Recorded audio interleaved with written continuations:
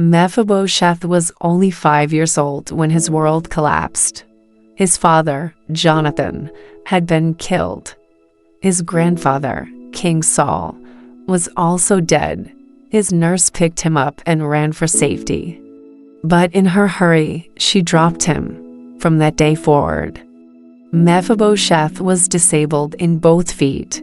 The grandson of a king was carried away from the palace. Years passed.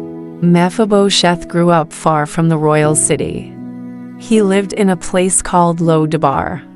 It was a place far from the life he was born into.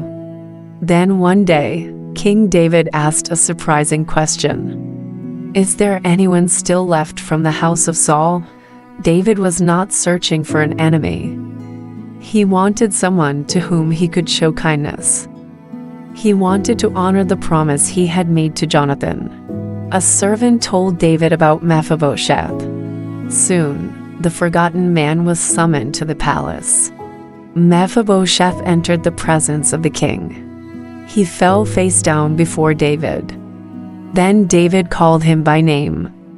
Mephibosheth. David said, "Do not be afraid." Those may have been the 4 words Mephibosheth needed most. David told him that all the land belonging to Saul would be restored to him. But that was not all. David said, "You will always eat at my table."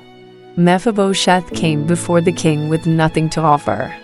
He did not arrive with strength. He did not arrive with wealth. He did not arrive with influence. He simply arrived when the king called his name. David gave him back his inheritance. Then David gave him a place beside his own family. The Bible says Mephibosheth ate at David's table like one of the king's sons.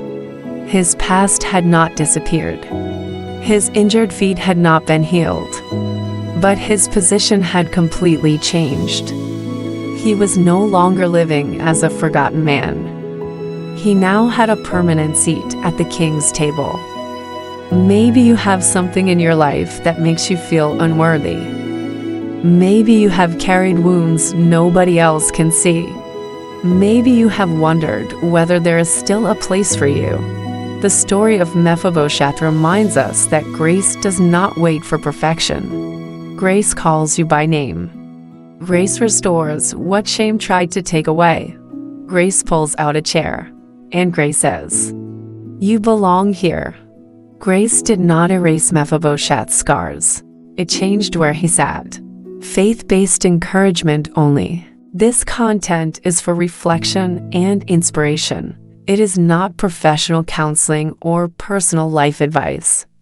Save this story and follow for more inspiring Bible stories.